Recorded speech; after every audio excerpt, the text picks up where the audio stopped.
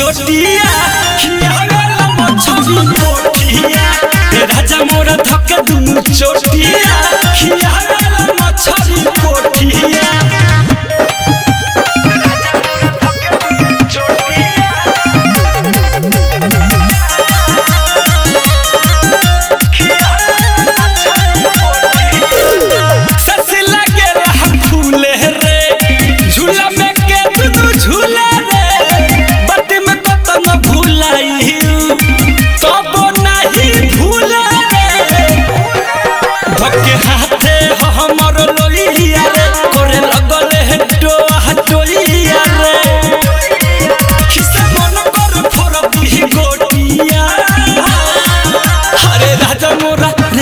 सोया मोरा धके दुनु चोटिया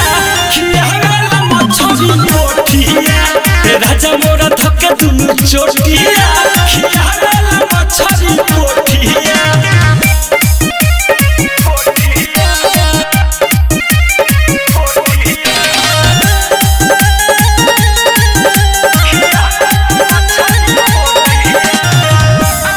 आवे खूब मजा सखी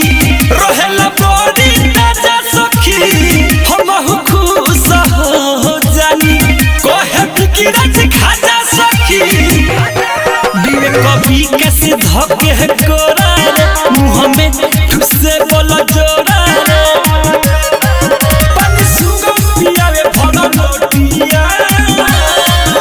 अरे सोया मोरा रे राजा मोरा धके दुनु चोटिया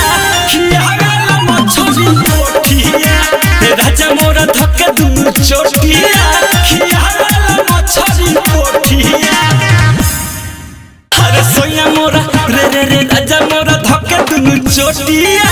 खियावेला मछली पोठिया राजा मोरा धके दुनु चोटिया खियावेला मछली पोठिया।